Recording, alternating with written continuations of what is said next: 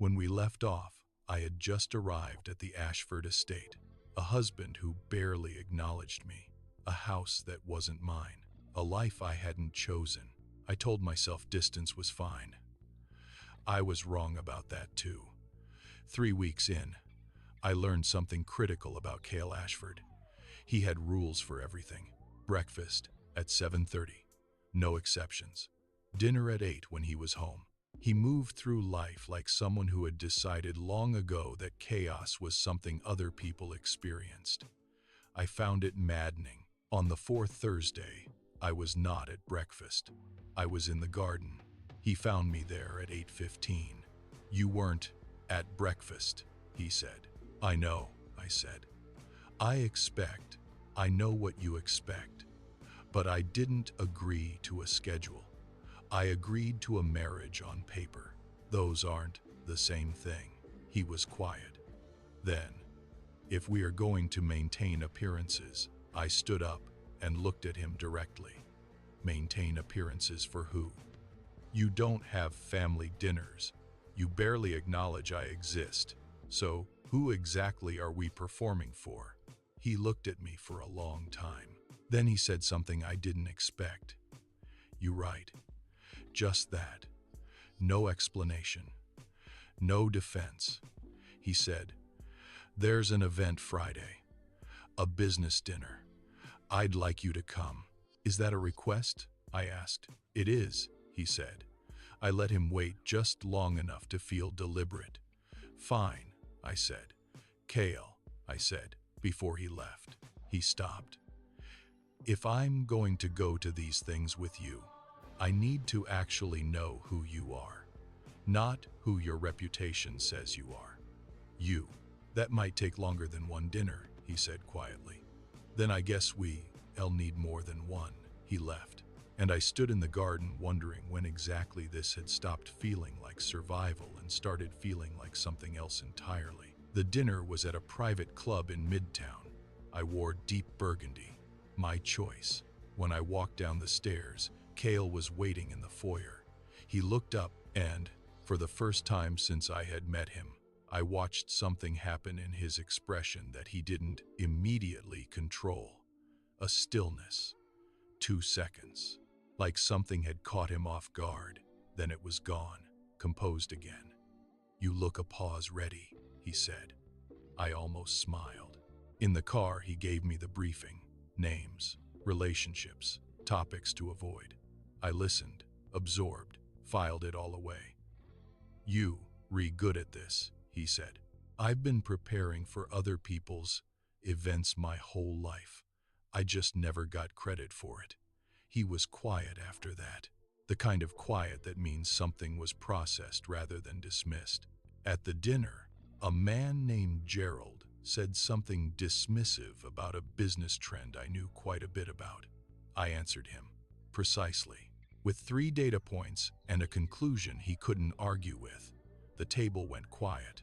And Cael said simply, "She's right." 2 words. But in that room, from that man, they landed like a verdict. On the drive home, I said, "You didn't have to do that." "I know," he said. "So why did you?" "Because you were right. And in that room, right matters." I looked at his profile in the dark of the car and thought something I didn't want to think. "Who are you, really?" I didn't ask it out loud, but I think he heard it anyway. It started small. A book on the library table with notes in the margins in his handwriting. Thoughtful, sometimes funny. He had written absolutely not next to a decision some emperor made in 1453, and that tiny moment of personality undid something in me. Then coffee, a second cup on the counter every morning. Not handed to me, not mentioned, just there, at the exact temperature I preferred, which meant he had noticed. Then, the garden. One. I had mentioned once that the East Garden was overgrown. I hadn't made a request. 2 days later, there were gardeners, small things. I knew they were small things, but the kind that accumulate, that make you look up one day and realize you are standing somewhere entirely different from where you started. The night it cracked was a Thursday, late.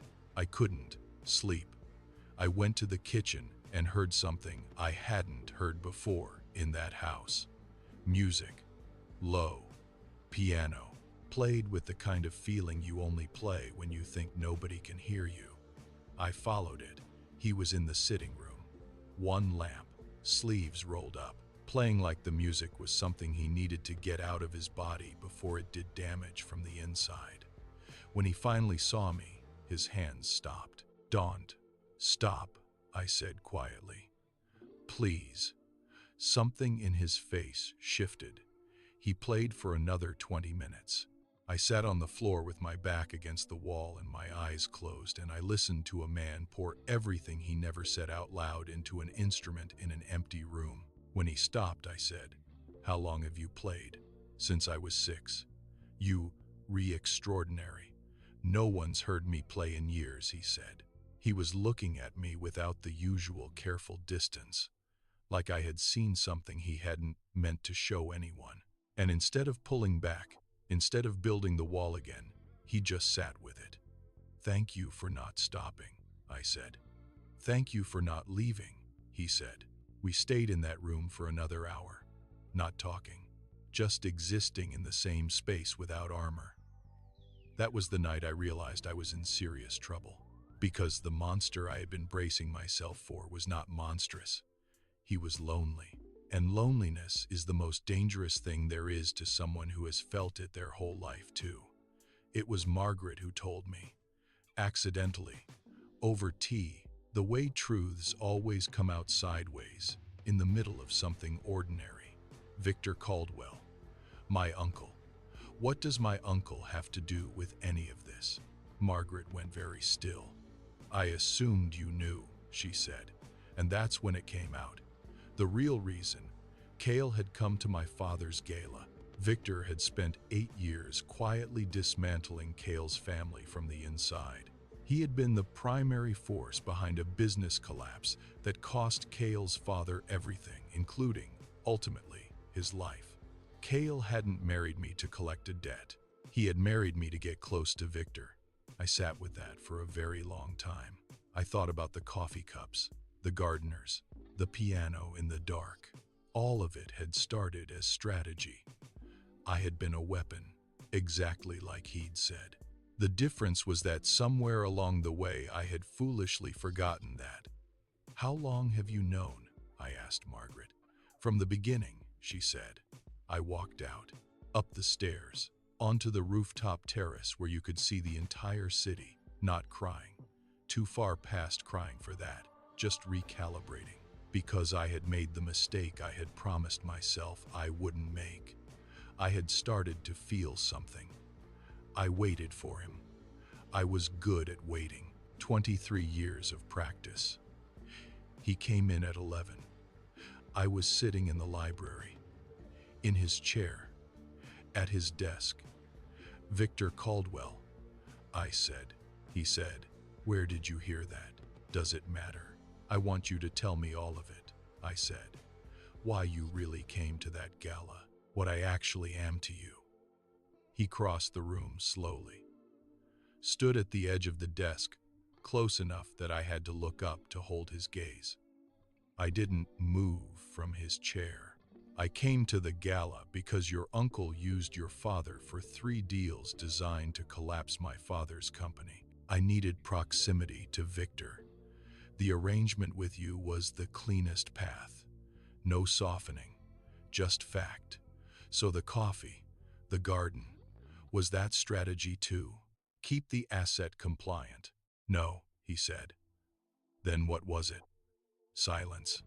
I watched Cael Ashford search for words. This man, who was precise about everything, who moved through every conversation like someone who could see 12 moves ahead.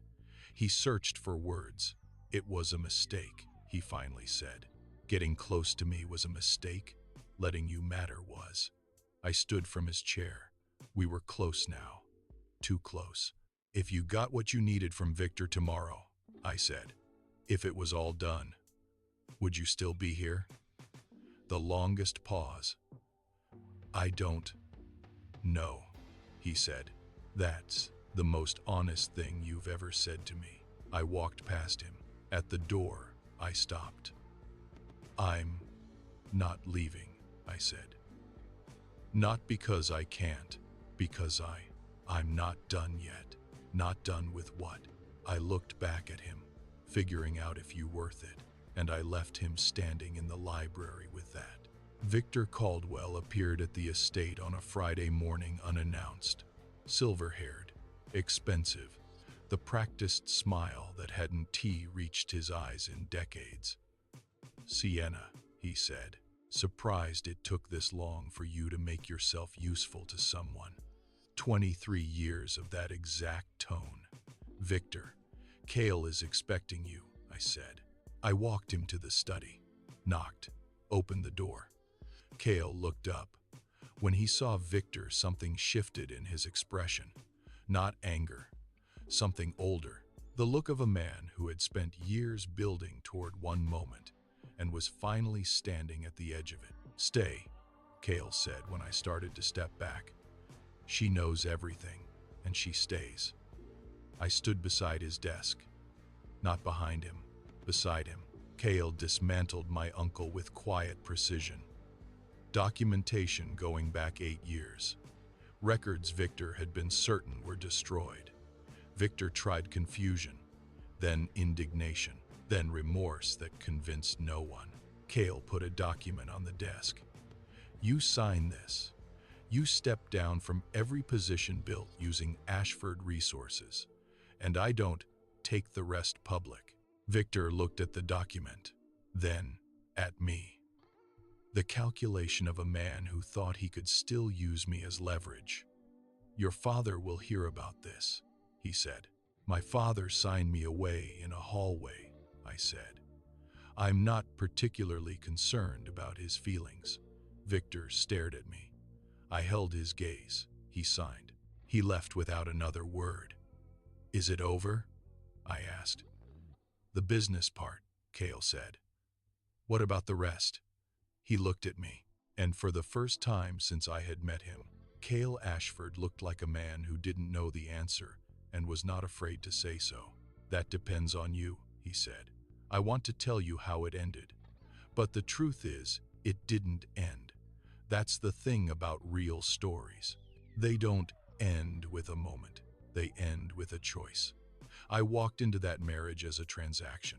I walked out of that study as something I didn't have a name for yet. Not a wife. Not a possession. Not an arrangement. A person. Specifically, this person. With this man. Cael Ashford became the first person in my adult life to look at me like I was worth looking at. Not because of my name, not because of what I could do, but because of who I was when no one was watching. Falling in love with someone who started as an enemy is terrifying. Not because of the obvious reasons, because when it's real, you can't call it a mistake. You can pretend you didn't choose it with your whole self. I chose it. I choose it every single day. In coffee cups at the right temperature, in gardeners in the East Garden, in a piano played in the dark for an audience of one, in the way he says my name like it's the only word in a sentence he's been trying to finish for a very long time. This was not a fairy tale. There was no prince, no soft romance, no rescue. There was a girl who had been invisible for 23 years, a man who had been alone for just as long, and the slow, terrifying discovery that the person you were supposed to use was the only person who ever really saw you. If this story hit you somewhere you weren't expecting, we're not alone. Click the card on your screen right now. The next story is already waiting for you. And if you're new here, welcome to Hooked Stories. We make stories for people who like to feel things. Hit subscribe so you never miss one. We'll see you in the next one.